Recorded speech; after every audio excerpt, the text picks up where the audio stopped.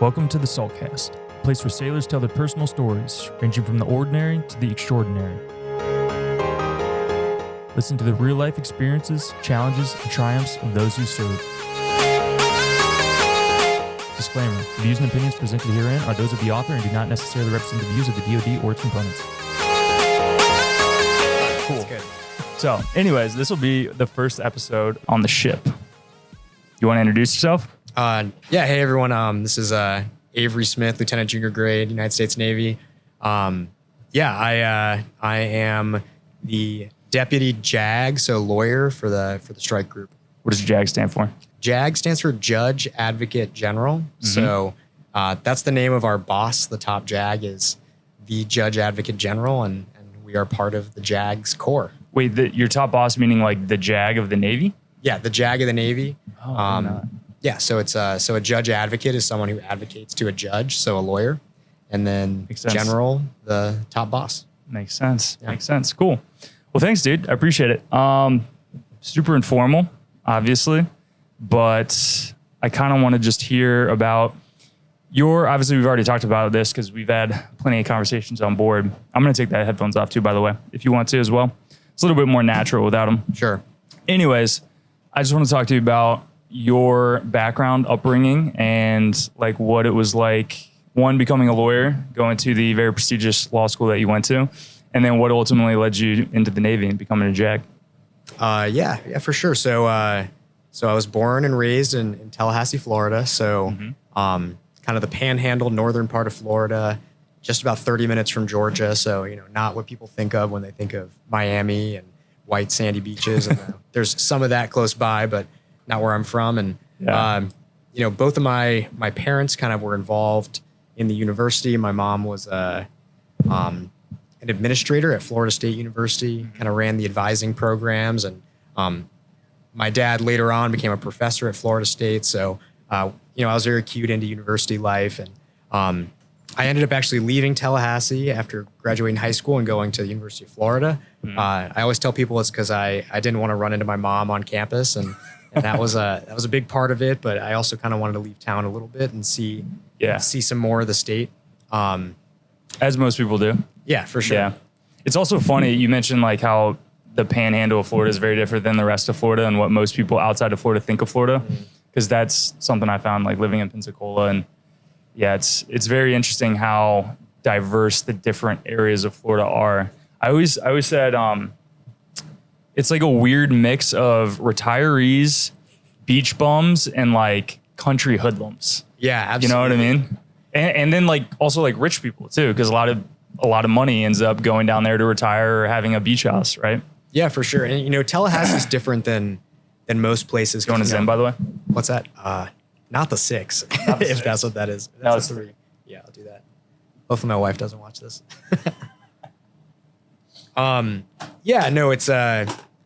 It's very different because Tallahassee's not really a destination for retirees. So, the cultural divide in Tallahassee is more between the university and capital people. Yep. And then the people who kind of are from the country part of Tallahassee, Wakulla County, Madison County, everything kind of around there, and even going up to Georgia. But great place to grow up. It's not a small town. It's not a big town. It's something in between, and there's something nice about that. Yeah. Did you ever? Because something I felt living in the Panhandle was missing living close to like a big metropolitan city. Did you ever feel that at all growing up, like not having? Because like where I'm from in Ohio, it's a teeny little town, but it's 45 minutes away from Cleveland, and so you could always go into the city for sporting events or big. Whatever, when you needed that higher level of humanity, if you will. I feel like, at least, me, I never had that experience because, I guess the closest like big town besides maybe Jacksonville would be Atlanta. Yeah. And I don't know, we weren't going up to NFL games. Like we weren't going up to like big city museum stuff. I feel like at least when you're in a place like that and it's all and you just start to enjoy the nature around the place. You start to enjoy the stuff the university has to offer. So, there's a funny story when I worked at the law firm, I was asking one of the law partners, and, it's just such a different world for me. I asked one of the law partners, I was like, do you like working in Tampa? Because he had worked in Atlanta and then he moved to Tampa. Interesting. And he's like, Tampa's all right, but the one thing I miss is the opera. The opera. And I thought to myself, I don't think I'll ever miss the opera. So, in Tallahassee, we don't have the opera. Yeah. But I guess if we wanted to go see the opera, we could go up to Atlanta. Yeah. But I didn't really miss it. How far did you say Atlanta is? About 6 hours with traffic. I mean, it just depends. Right. Yeah. No, I definitely think wherever I settle down, I'll need to be within about an hour of a major city. I definitely, maybe not the opera either, but I miss certain things that only big cities can offer. Yeah. I've never been to an opera, but I have been to a lot of musicals and ballets. Okay. Those are interesting. Yeah. They kind of tickle my fancy a little bit. Okay. Yeah. I could see the ballet being more appealing than you ever seen the Nutcracker? Tracking down the opera. I've never been to a live performance, but I feel like during Christmas there's always the Nutcracker performed by so and so on TV on some random channel. So I feel like I've probably watched some of that. Yeah, there's this incredible, beautiful theater in Columbus, Ohio called, I think it's the Ohio Theater, but big, grandiose, old school theater in downtown Columbus. And I was dating a girl in college who was much more appreciative of the arts than 22-year-old me was. Sure. And so she wanted to go to a Nutcracker musical or ballet, sorry. And I was actually really surprised at how interesting it was. Ballerinas? Sure, yeah. Ballerinas? The dancers, Are dude ballerinas called ballerinas too? Maybe ballerinos. Ballerinas. Anyways, whatever. The ballerinas, I was shocked at how just impressive they were athletically. And, they're obviously incredibly talented dancers too. And it was just really fascinating. So I ended up going back again the following year. I don't even think with that same person, but it was just, I don't know. I was very impressed by it. Yeah, it's like Cirque du Soleil people where all the dudes are just ripped and doing handstands. Yeah, dude, exactly. Yeah, might as well be full on gymnasts. Right. All right, we got a little sidetrack there. So you went to college at UF. Yeah, went to University of Florida. That's your beautiful wife there? Yeah, I met my wife. Rachel Smith, the best. Rachel Smith. Shout out Rachel. Yeah, shout out. I hope Rachel. she does watch this. She always gives me a hard time because she's like, you gave me the most boring name in the world. Yep. Yeah, Smith is the most generic American name. Yeah, we'll name our kids John and Will. And there you go. Well, maybe not Will Smith, but Will Smith. Anyway, right. Yeah. Mr. and Mrs. Smith, though. Met my wife. I loved UF. Studied philosophy, economics. Was really into that. And then you were a double major? Yeah, double major. Interesting. So while you were going through college at UF, you kind of had an inkling you wanted to be a lawyer, right? But it wasn't necessarily set in stone yet. Yeah, I think especially if you, at least in the circles I ran in and in the academic circles too, there was a sense that okay, if you're a philosophy major, you're either going to go get a PhD and be a professor, or you're going to go to law school. And that was more of the camp that I fell in. My grandfather was a lawyer. I didn't spend a ton of time with him as a kid, so I didn't really know what that meant. I didn't really know any other lawyers, so it's kind of just this thing that people could do. So I started studying for the LSAT, and it was always something that I figured I would do eventually, but it was not something that I wanted to do right out of college. So, but yeah, gotcha. Cool. So then you graduated. Then what? Yeah, I graduated. So before that, it's actually kind of a funny story. So my dad was in the Peace Corps growing up, and that was oh, really? Yeah. So did he go all over the world doing missions or whatever? Yeah, is that they call them missions? I think I don't know what they call the actual experience. Yeah. It's not like a military term like operation or insertion or something like that. But he went out. He was in Liberia in the pre-Civil War Liberia period. And that was a huge part of his personal development, life development. He like did the Peace Corps, lived in Africa for 3 years. There's all the photos of him like in this village.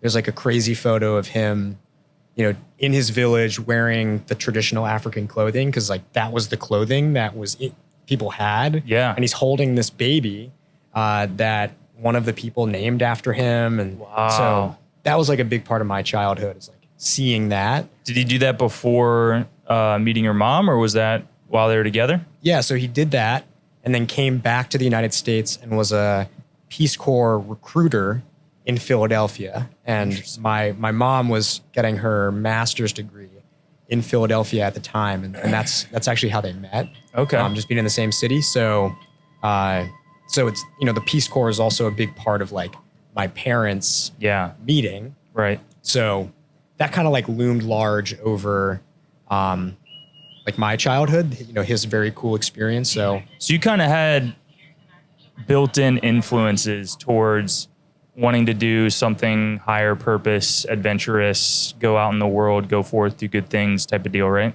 Yeah. I mean, I think there was always like the sense in my family that like, at least when you're young and you don't have all the ties, that you could, if you wanted to, like, it was, the thought was that I would go and do something like that after college. And I don't know if that was ever like an explicit sense, but that was always like my assumption, is that I wouldn't go straight into like corporate world. Yeah. That I would do something like the Peace Corps, and I ended up doing Teach for America, AmeriCorps for 2 years.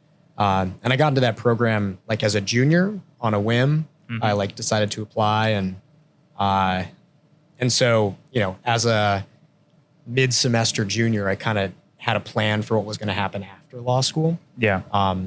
Which was like a blessing and a curse. It was like, okay, I'm leaving and going to move to Oklahoma City right when I was meeting my wife. So that was like all right, this is what we're doing situation. And you guys ended up doing a lot of long distance then in the years after college, right? Yeah, definitely. It prepared us for the military. Yeah, right.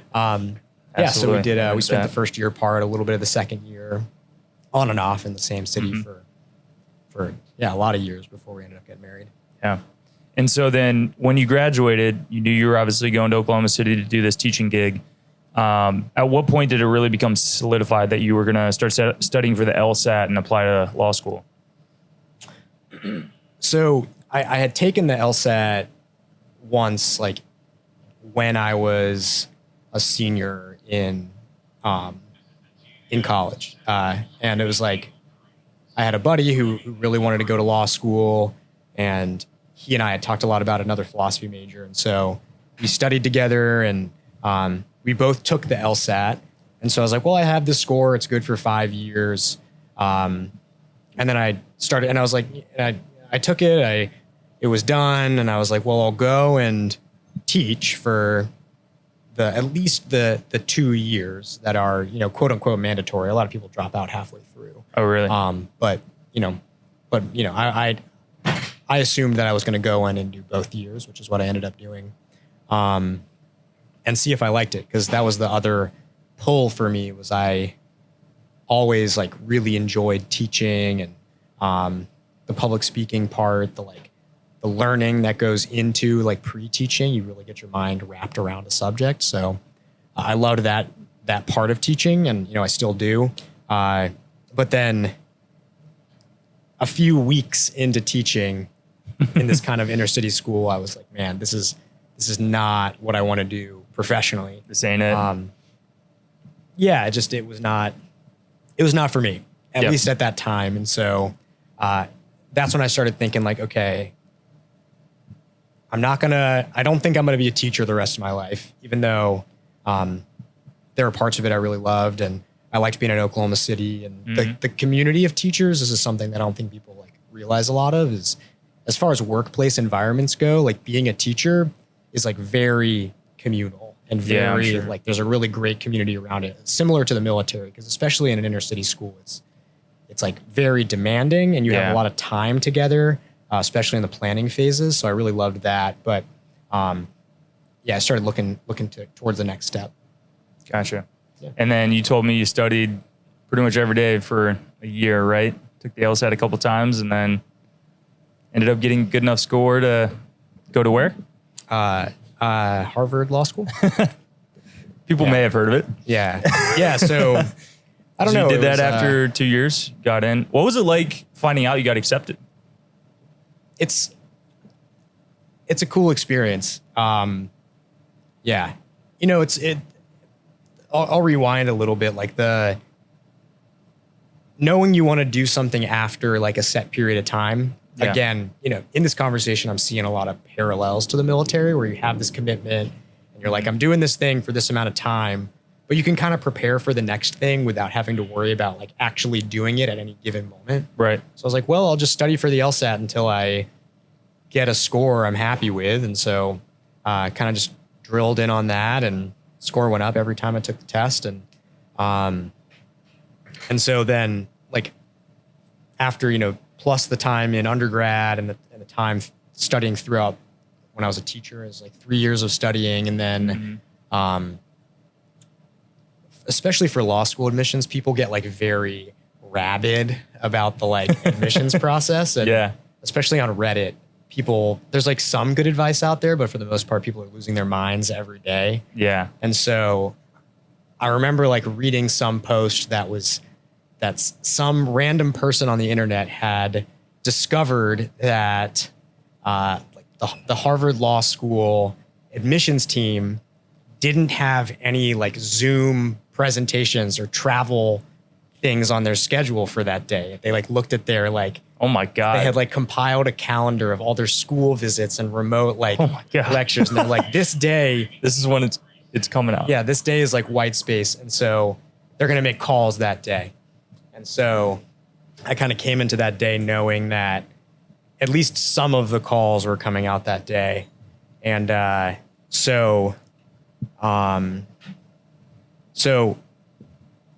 then of course, like, you know, I'd teach my little piece, and then normally you'd then give out like the worksheets, and you kind of orbit around the room to help students who were struggling. And, you know, some kids were really quick and some kids needed a little more support.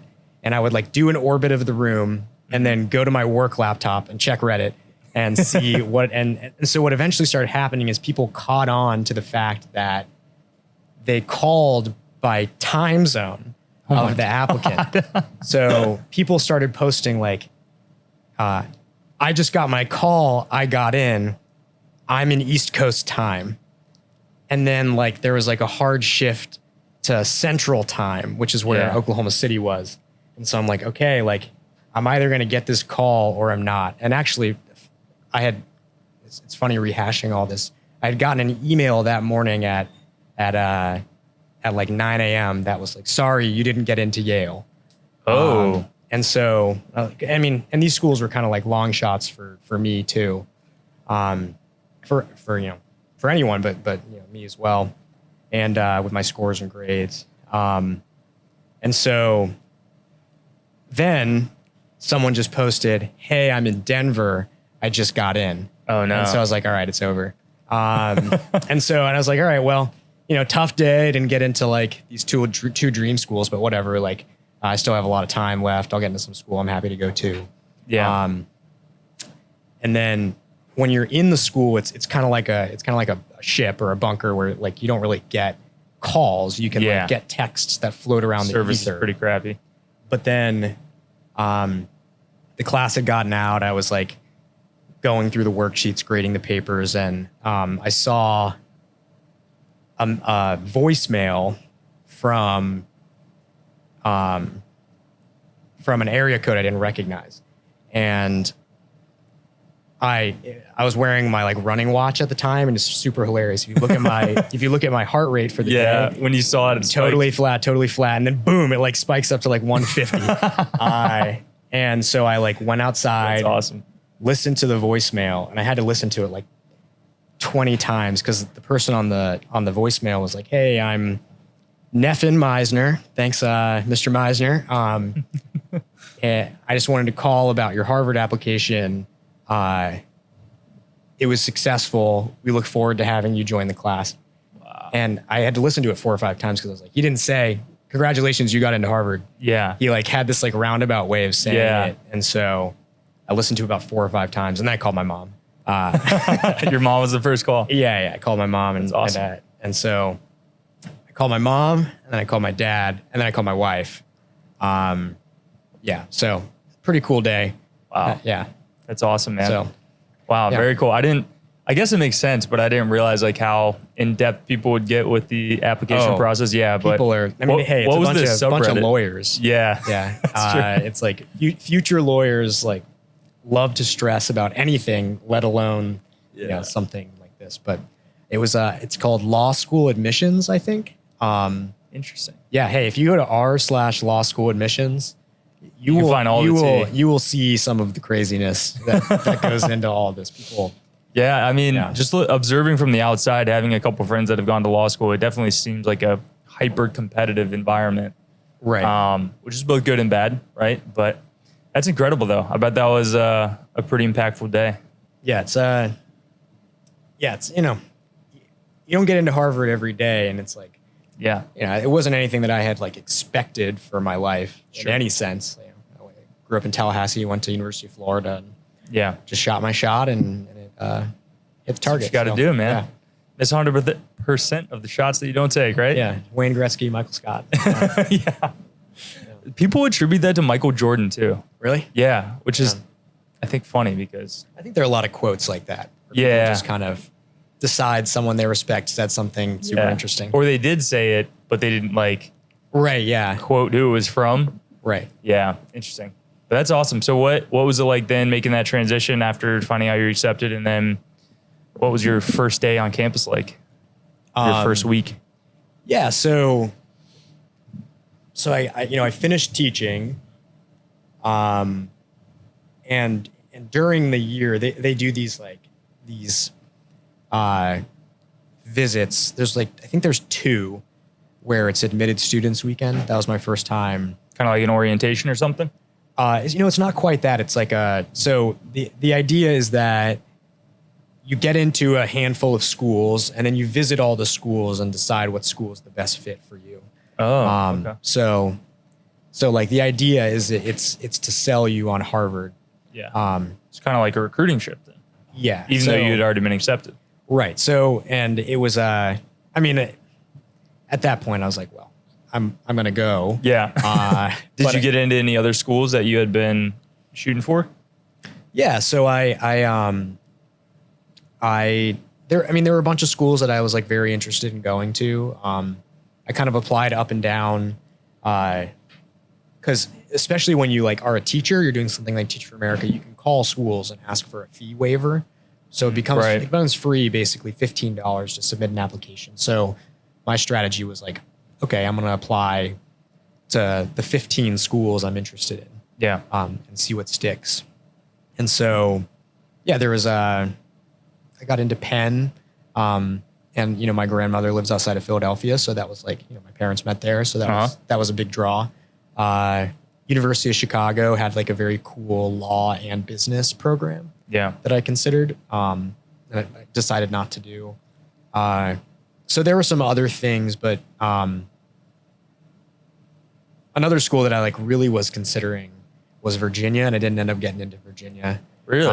Yeah. Law school admissions are just kind of crazy. Interesting. But yeah, so visited and it was cool. They had a bunch of you get to they tour you around to the old buildings, and they have a little cocktail hour where you can meet some of the professors and some of your classmates. And I met some people there that I ended up being friends with. So that was cool. The first week of class, you kind of move to Boston, and there's this week of downtime where you're moving in and getting set, and they have the classic, everyone is in the big hall together, and the dean says, look to your left, look to your right.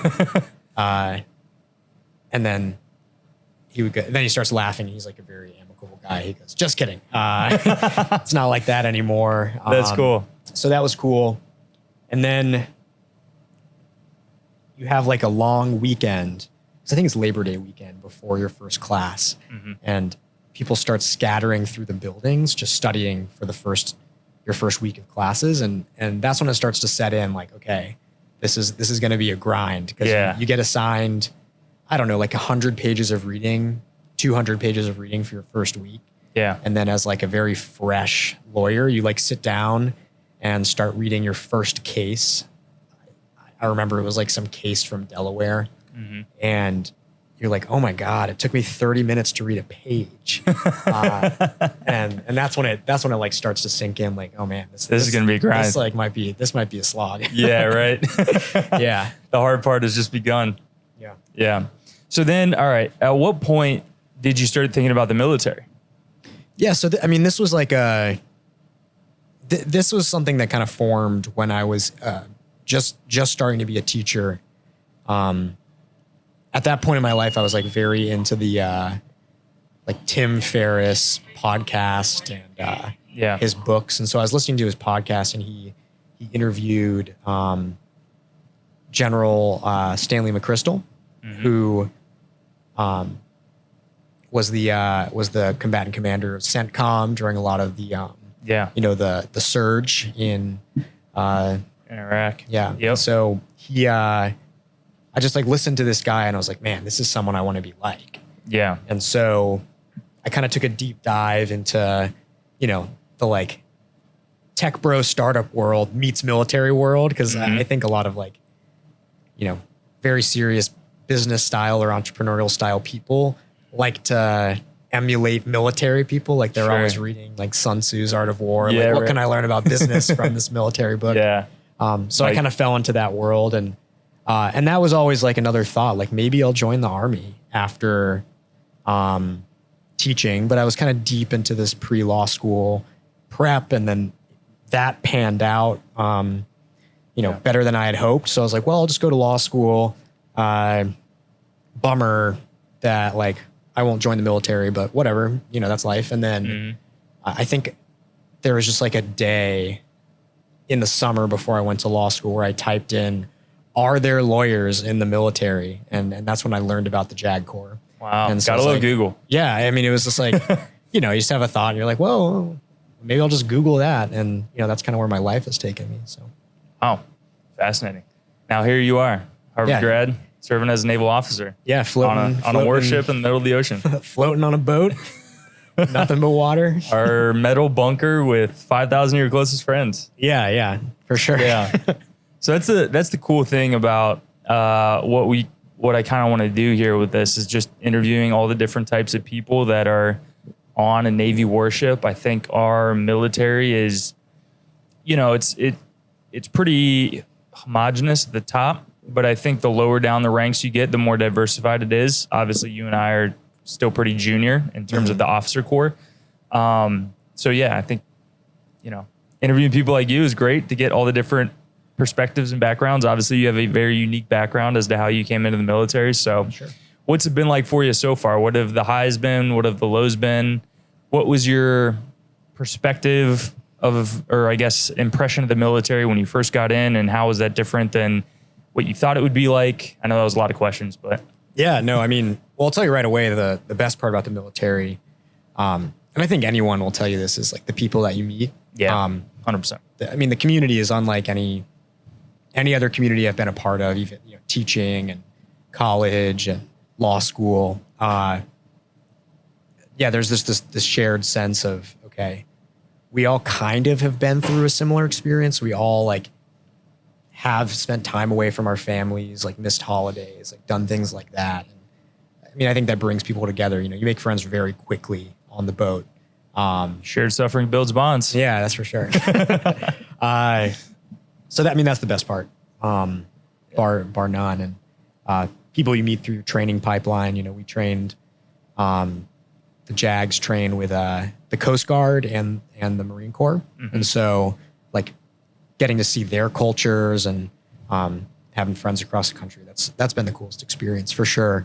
It's pretty surreal too to like graduate law school, take the bar, become a barred attorney, and then like go to basic training for lawyers, we go to a thing called Officer Development School, alongside the other staff corps members, so doctors and nuclear engineers. And to be like, one part of training is that you go into a simulated ship space and have to put out like a munitions fire. So you're holding the firefighting hose, and you're in the full firefighting gear, and it's like you and 5 other people holding the hose, and you're spraying this like burning inferno that's like under like a simulated missile that you have to like put out in time for the thing not to blow up.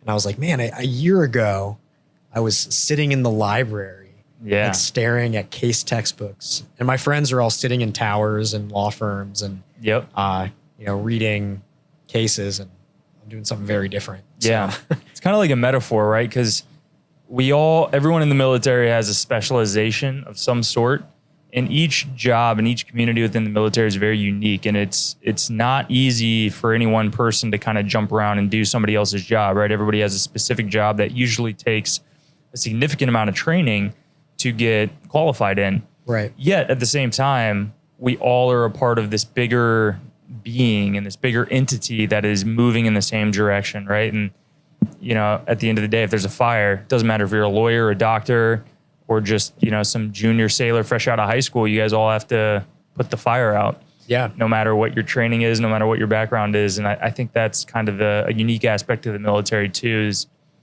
going along with the shared suffering thought. It's everybody rallies together around a common goal and a common belief and a common ideal.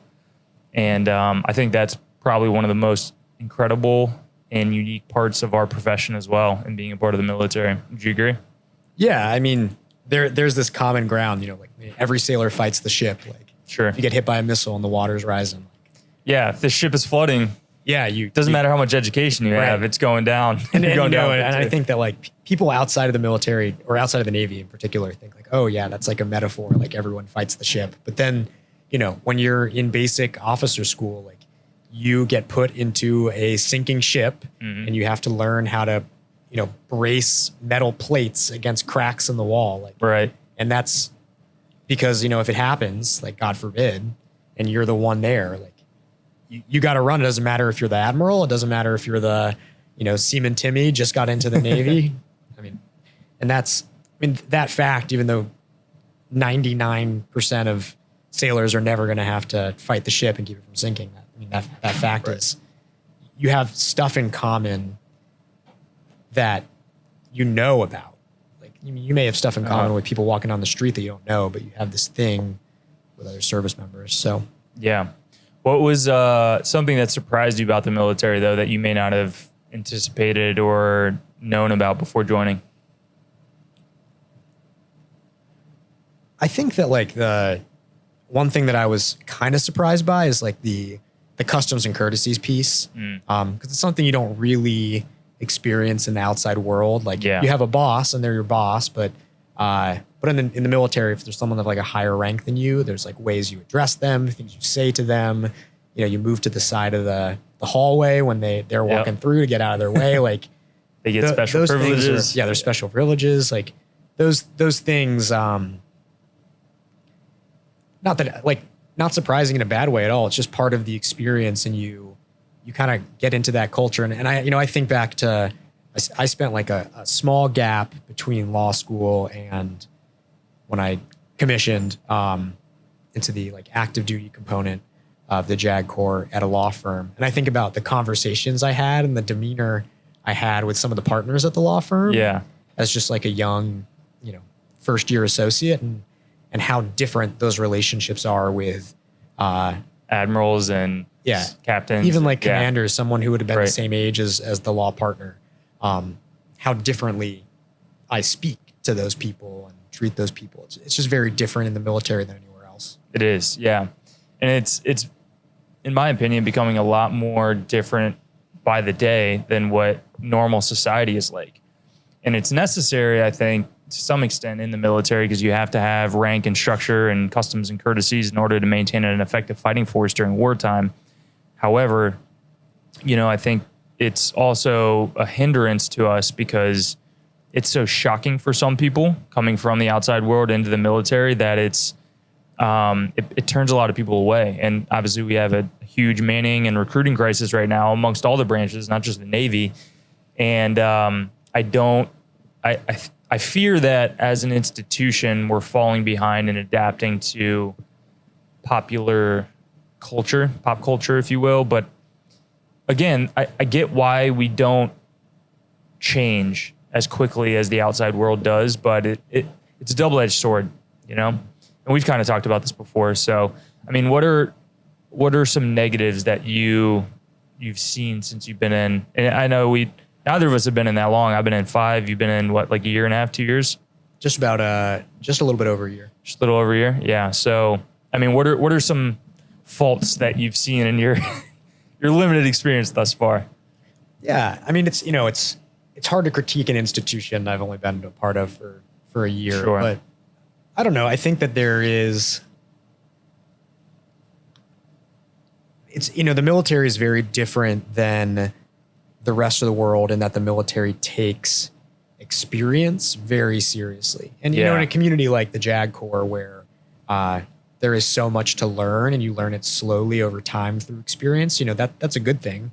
But you do have instances where I think especially talented young junior officers may be better suited for some roles than some lieutenant commanders who would be at a higher rank but just have been in longer. And so, you know, you will never. Someone asked me. I went to some Harvard mixer in San Diego, and someone was like, "Oh, like the admirals are like the bosses, right?" And I was like, "Yeah, the admirals are the bosses." And he goes, "Yeah, so like you could become an admiral in like 8 years, something like that." And I was like, no, like it doesn't work like that. You know, not at all. If you're like especially talented, you will be part of the, you know, top percent maybe of performers in your group. You might have a better choice of like where you're going to go and what jobs you'll get selected for. Right. But you don't promote any faster than anyone else. And so I think a downside to that is that, I mean, I like to look generously at these things. Like I think that it does reward experience, but I think that sometimes some people who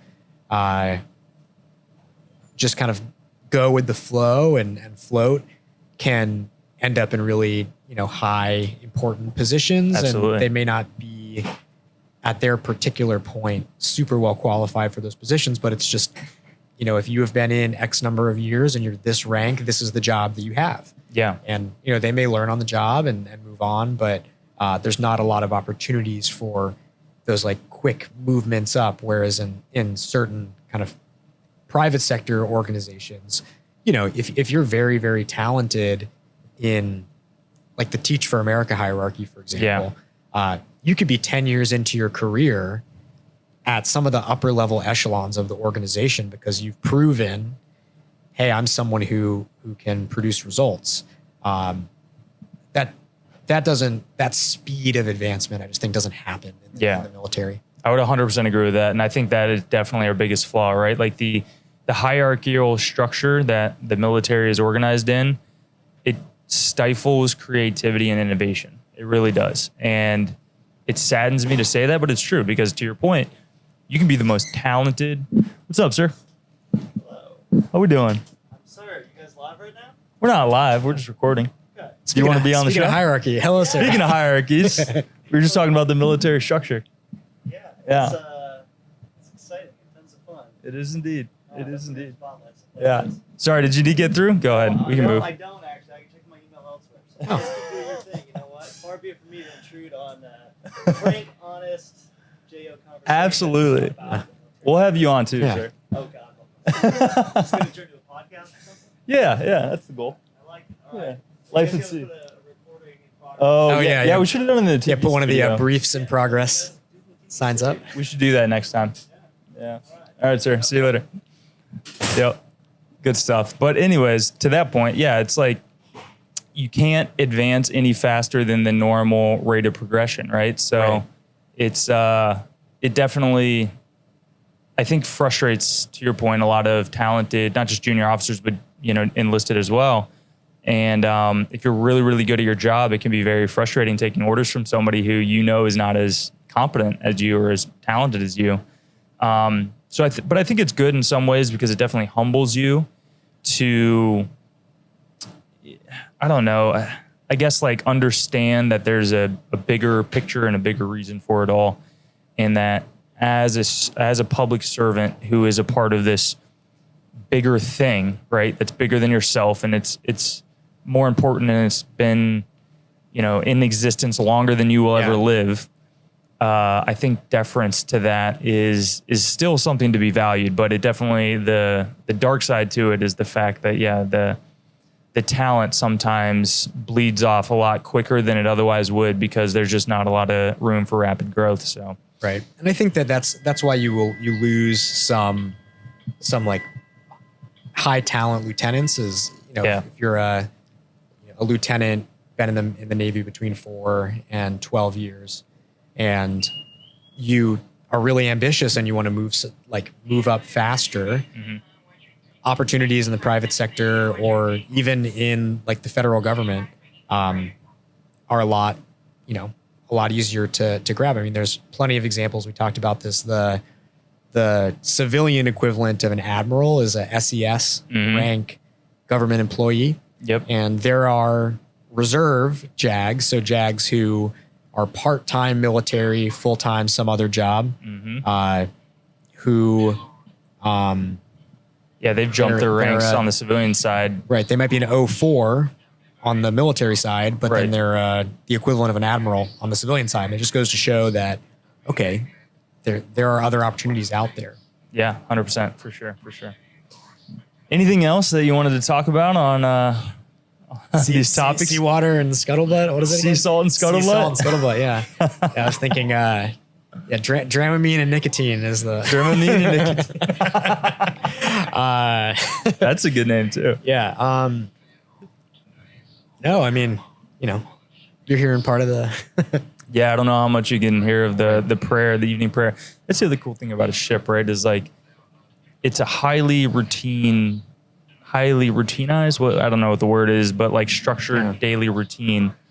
And you have these like ceremonies, almost daily ceremonies, if you will, one of which is evening prayer. And it's just very communal. I think you made this point, I don't know, a couple weeks back about the military is the closest thing to a communal society. Is that what you said? Yeah, something like that. Something to that effect where like, one person who doesn't pull their weight is immediately highlighted and ostracized.